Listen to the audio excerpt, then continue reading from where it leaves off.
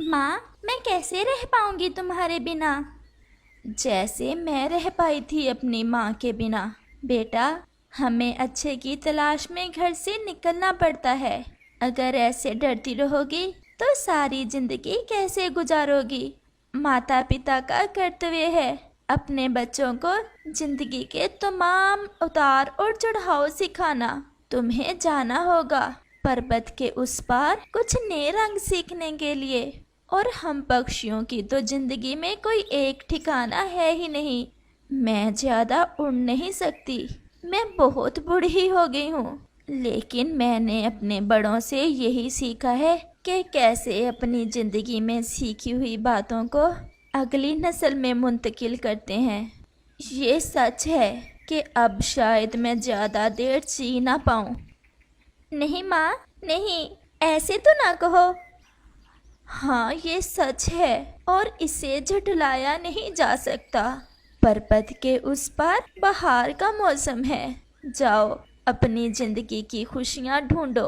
कुछ और पक्षी भी जा रहे हैं, तुम उनके साथ ही जाना और उनका साथ ना छोड़ना। अगर रास्ते में कोई भी मुश्किल हो, घबराना नहीं और अपने नए परिवार का बहुत ख्याल रखना। जीवन प्यार और एहसास का नाम है, और जो बातें मैंने तुम्हें बताई हैं ये तुम्हारे पास अमानत है। इसे अगली नस्ल तक पहुंचाना तुम्हारी जिम्मेदारी है। हाँ माँ, मैं करूँगी। मैं अपने पूर्वजों की उम्मीदों को हमेशा पूरा करूँगी और एक अच्छा जीवन गुजारूँगी। वो सामने कौवे का घर है, शायद वहाँ कुछ और भी पक्षी इकट्ठे हों। तुम उनके साथ ही निकल जाओ। और हाँ, अगर समय तुम्हें दोबारा इस जंगल में ले आए तो इसी पेड़ पर अपना घोंसला बनाना, अपने छोटे छोटे बच्चों के साथ। माँ, अब जाओ। और जवान मीनू चिड़िया बहार की तलाश में पर्वत के उस पार सफर के लिए उड़ जाती है। माँ ने तो सच कहा था, यहाँ तो और भी काफी पक्षी हैं। आ जाओ छोटी चिड़िया, तुम्हारी माँ नहीं जाएगी? नहीं अंकल, माँ बीमार है, वो उड़ नहीं सकती। तुम घबराओ नहीं, हम हैं ना तुम्हारे साथ। और प्रवास करने वाले तमाम पक्षी अपना सफर शुरू करते हैं। माँ और बेटी का जुदाई का ये मंजर रुला देने वाला था।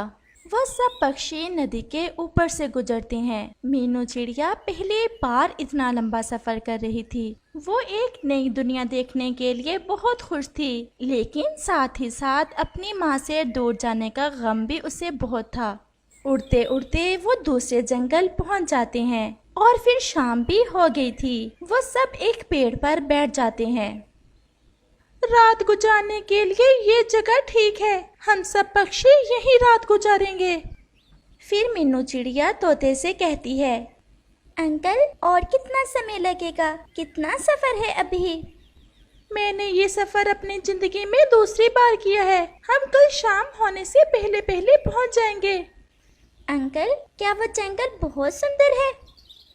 सुंदरता तुम्हारे अपने अंदर है। अगर तुम्हारे मन में शांति है, खुशी है और किसी के बारे में कोई बुराई नहीं है तो हर जंगल सुंदर है। हाँ, ये कह सकती हो कि उस जंगल में बहार का समा है। और फिर ऐसे बातें करते करते वो सो जाते हैं और फिर सुबह हो जाती है। तमाम पक्षियों उठ जाओ, सफर शुरू करना है। समय बहुत कम है, जल्दी से अपना अपना दाना ढूंढो ताकि दोबारा सफर शुरू हो सके। और फिर भोजन खाने के बाद वो अपना सफर शुरू कर देते हैं। वो दोपहर तक उड़ते रहते हैं और फिर थोड़ा सांस लेने के लिए एक पेड़ पर बैठ जाते हैं। अंकल, अब कितना सफर रह गया है?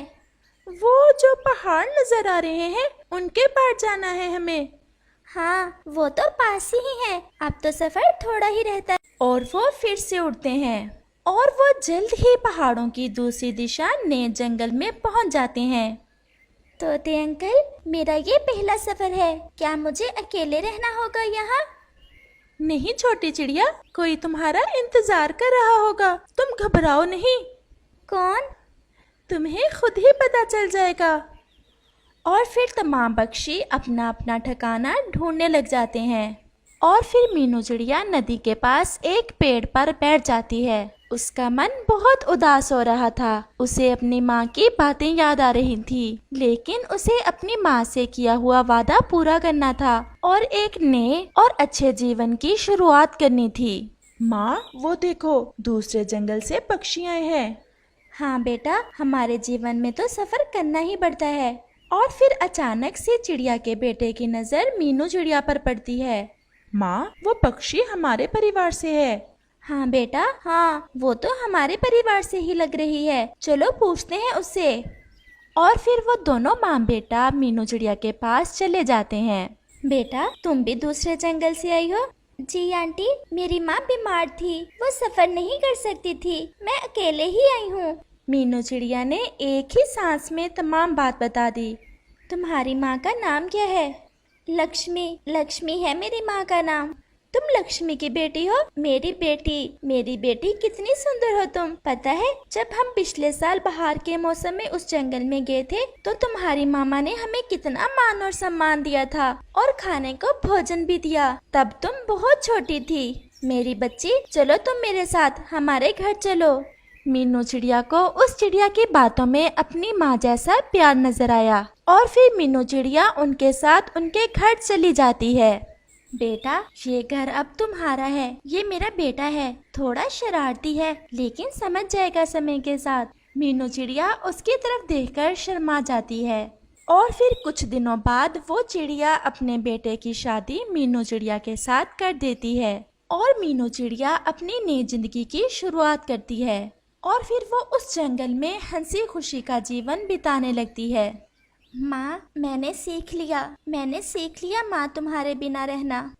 ऐसा कहते हुए मीनू चिड़िया की आंखों में आंसू थे, लेकिन वो आंसू खुशी के थे। प्यारे दोस्तों, अगर आपको ये कहानी अच्छी लगी हो तो हमें कमेंट करके जरूर बताना और इसे अपने दोस्तों के साथ शेयर और चैनल को सब्सक्राइब भी जरूर करना।